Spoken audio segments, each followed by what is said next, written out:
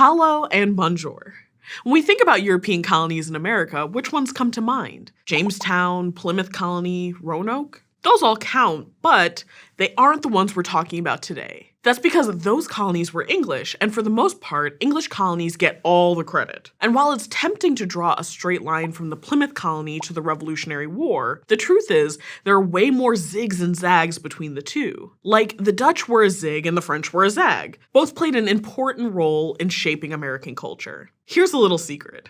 New York, that super British sounding city, it used to be Dutch and it was named New Amsterdam. Anyway, the French impact is a little more obvious. Think New Orleans, Terre Haute, and Baton Rouge. In today's episode, we're taking a look at the Dutch and French colonial settlements in North America in the 16th and 17th centuries. I'm Dr. Danielle Bainbridge, and this is Study Hall, U.S. History to 1865.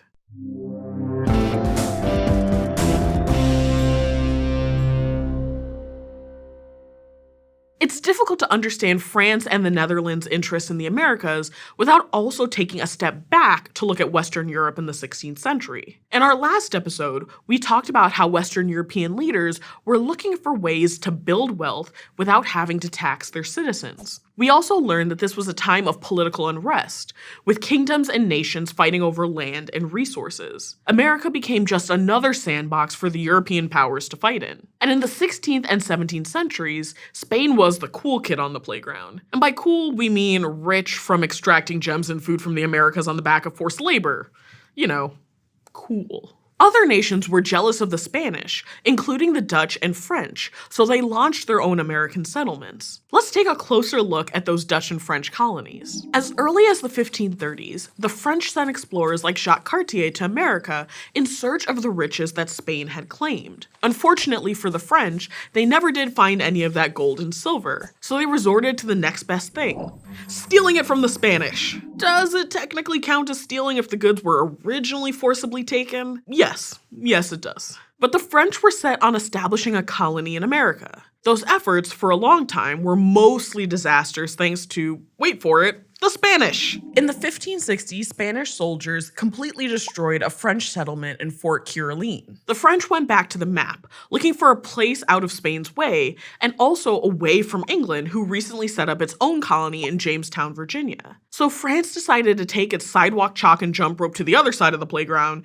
to a little slice of heaven called the American Northeast. In 1608, explorer Samuel de Champlain sailed down the St. Lawrence River in eastern Canada and established a French outpost called Quebec. In 1682, the French added Louisiana to its roster of territories, helping to form New France. And with a name like New France, we might think the colony was wildly successful, with baguette-lined streets. But most of the cities that made up New France were just trading outposts. This was the case for two reasons. One, if you moved to New France, you were probably interested in the fur trade, not family planning. And two, while the French avoided English and Spanish settlements, the land they did choose to occupy was far from empty. Algonquin and Haudenosaunee peoples dominated the region, and the French formed close alliances with local tribes to survive. In 1663, the French monarchy was done playing games and officially took control of New France to try and create more permanent settlements. But the idea of living in Quebec and Montreal never really took off. Not all of New France was unsuccessful, though. Catholic Jesuit missionaries found lots of success in the region. The Jesuits actually went into tribal villages, spent time learning native languages,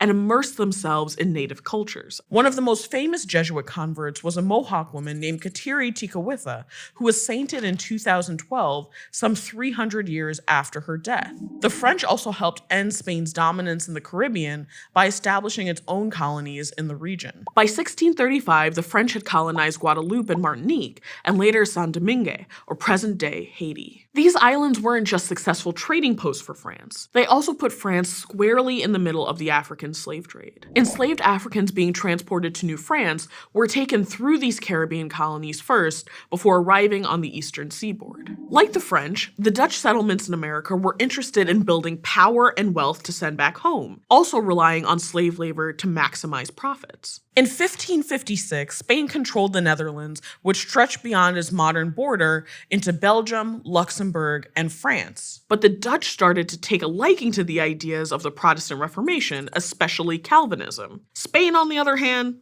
Not a fan. Still very, very much into the Pope. So from 1568 to 1648, the Dutch and Spanish were locked in a major conflict known as the 80 Years' War. It actually lasted 80 years. Take that, 100 Years' War. During the fighting, the northern provinces banded together and declared themselves a Protestant nation, or rather, a Dutch Reformed nation. The new United Netherlands officially separated from the Spanish-aligned southern provinces, known as the Spanish Netherlands. The new Dutch nation had a slight problem, though. While the country had declared itself a Protestant nation, plenty of Catholic people still lived there. Because of this, the Dutch granted more freedom and practiced greater tolerance than other kingdoms, still fearful of the authoritarian Spanish rule they fought to get rid of. The Dutch saw America as a place to spread their Protestant wings, while also stopping Spanish, read Catholic, expansion. Throughout the 16th and 17th century, the Dutch and English told stories of extreme and unusual cruelty by the Spanish against indigenous Americans. And look, we aren't saying that the Spanish weren't violent colonizers, because they were. But the stories about Spain were often part of a targeted propaganda campaign against Catholicism. These stories are known as the Black Legend, and led many to believe the Spanish were especially cruel in comparison to the other non-Catholic European colonizers. The Black Legend caused colonists and indigenous people alike to turn away from alliances with Spain. To further weaken Spain's influence in the New World, the Dutch also explored the Americas as a way to, you guessed it, get rich. And sometimes their desire to stop the Spanish and build wealth overlapped. Like in 1628, when a Dutch pirate or privateer, Piet Hein, captured a Spanish fleet carrying 12 million silver guilders worth of cargo. And for you math heads watching back home, 12 million guilders in the 1600s is roughly $1.14 billion today. The Dutch eventually got serious about getting into the Atlantic trade game and created two corporations, the Dutch East India Company in 1602 to focus on trade with Asia, and the Dutch West India Company in 1621 to focus on the Americas. In 1609, English explorer Henry Hudson was working for the Dutch East India Company in search of a passage between Europe and Asia. He failed miserably at that, but he did sail up the Hudson River and discover the Hudson Bay. 15 years later, in 1624, near present-day Albany, the Dutch constructed Fort Orange, named for the Dutch House of Orange. The Dutch House of Orange was a family who often served as stadtholder or governor in the Netherlands. Close to Fort Orange was the Dutch town Beverwijk, or Beaver District. Again, a little on the nose there with that name. Around the same time, in 1626, the Dutch established New Amsterdam on Manhattan Island after purchasing the land from a local tribe. But there's a popular misconception about the purchase of Manhattan Island. Let's see how the Dutch settlement of Manhattan really went down. Yes, it's true that Peter Minuit and the Dutch settlers exchanged some trinkets with the Lenape tribe on Manhattan Island, and for a long time, the idea that the Dutch only paid $24 for Manhattan Island was used as an example of Western Europe's supposed superiority over the simple natives. But in reality, the Dutch weren't sold anything, at least not on purpose. Most historians think this sale was probably a product of miscommunication. More likely, the natives weren't selling the land, but rather permission to use it, which was common between native tribes, kind of like a lease. This confusion over ownership led to conflicts between the natives and Europeans. In the north, the Dutch were blocked from expanding by the French and the Huron. In response, the Dutch supplied their allies, the Haudenosaunees, with firearms, which led to war. In the south, the Dutch expanded quickly thanks to New Amsterdam's harbor. As the population grew, the West India Company and New Amsterdam's leader wanted more control over the area. One leader in particular, William Kieft, demanded payment from the natives living nearby. This turned into a bloody conflict known as Kieft's War in 1643. Ah, a war in America caused by a ruler demanding payment from his subjects? It's sometimes too easy with this history stuff. Although New Amsterdam's official religion was Dutch Reformed, the leaders often looked the other way at other religious groups when they could. That is, except for our friend Petrus Stuyvesant, who was as intolerant towards other religions as they come. But the West India Company believed that one's personal belief was their own business, and New Amsterdam was one of the most religiously and ethnically diverse cultures in the Americas. Despite this talk of tolerance, the colonies still practiced slavery. Not long after the founding of New Amsterdam, the West India Company brought the first enslaved labor to the colony. For a while, the West India Company owned most of these enslaved persons. But as time went on, personal ownership by Dutch settlers increased. But slavery looked a little different in 1650s New Amsterdam than it did in, say, 1850s South Carolina. See, scholars have argued that slavery in the Dutch colonies was less cruel than other places for two reasons. First, the Dutch colonies were a slightly more tolerant society, often accepting religious differences in favor of harmony. And second, enslaved persons sometimes earned a sort of half-freedom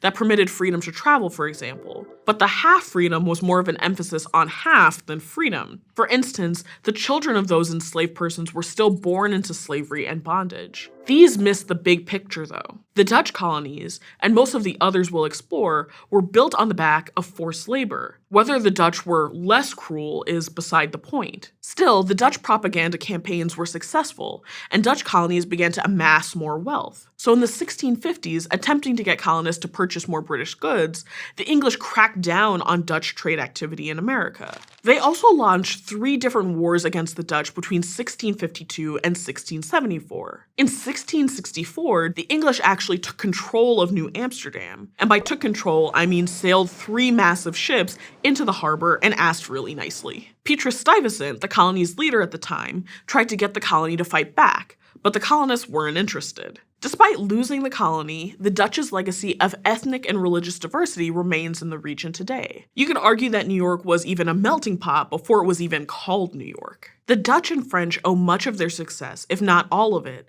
to the native populations they depended on and to the forced labor that essentially built the colonies. While the Dutch never had quite the same level of success in the New World as the English and Spanish, it wasn't for lack of trying. And the impact of each colony can still be seen today, from the Hudson River to Lake Champlain, no matter how much the English tried to change. But we'll get to that in the next episode. Thanks for watching Study Hall U.S. History to 1865, which is produced by Arizona State University and the Crash Course team at Complexly. If you like this video and want to keep learning with us here in Study Hall, be sure to subscribe.